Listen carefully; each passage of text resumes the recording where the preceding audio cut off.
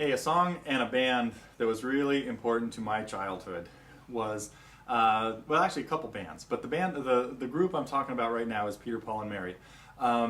These guys just did some wonderful things with vocal harmonies and nice guitar parts, you know, not quite as complex as Simon and Garfunkel, but the vocals were just killer, and the guitar playing, the two guys were great.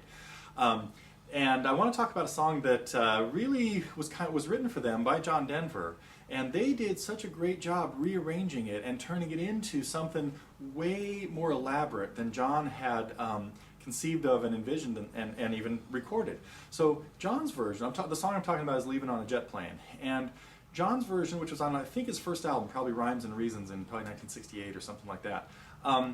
Is a simple three-chord thing. So he just wrote a simple folk song. He played it in the key of G. I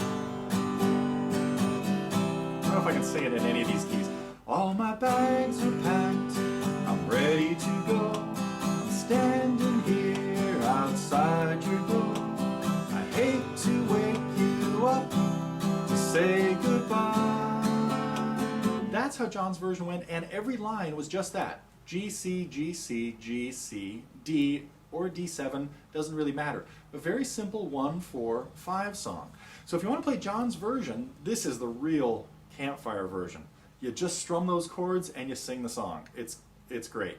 Now, Peter, Paul, and Mary's version came out just a little bit later, I think, and they dressed it up big time. First of all, they changed the key, and this was for Mary to sing it a little bit higher, so they played it in the key of A, but they added a lot of colorful chords and a lot of chord substitutions. So even though I'm kind of going in the campfire versions here, I want to elaborate a little bit because I think I'm kind of done with John Denver's version. You got it now. You strum G, you strum C, and you hit D7 when it happens, and you sing the song. Oh, one last thing.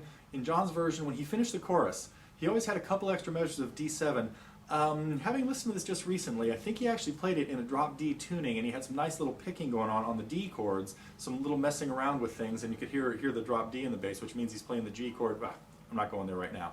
But anyway, so whenever he finished the chorus, oh babe, I hate to go. Sorry, there we go. I was distracted and stuff, you know, anyway. And he hung on the D7 for a couple of extra measures before he'd go into the next verse. There's so many times. So he just had a couple extra measures of D7 to make it not a square block of 16 measures.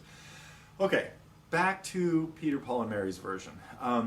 They did it in the key of A, and they used a lot of more decorative chords, major sevens and things like that. There's a little bit of messing around with the suspended 4 at one point, and then used more of the chords in the key. So instead of just 1, 4, and 5, their version used 1, 2, 3, 4, 5, and 6.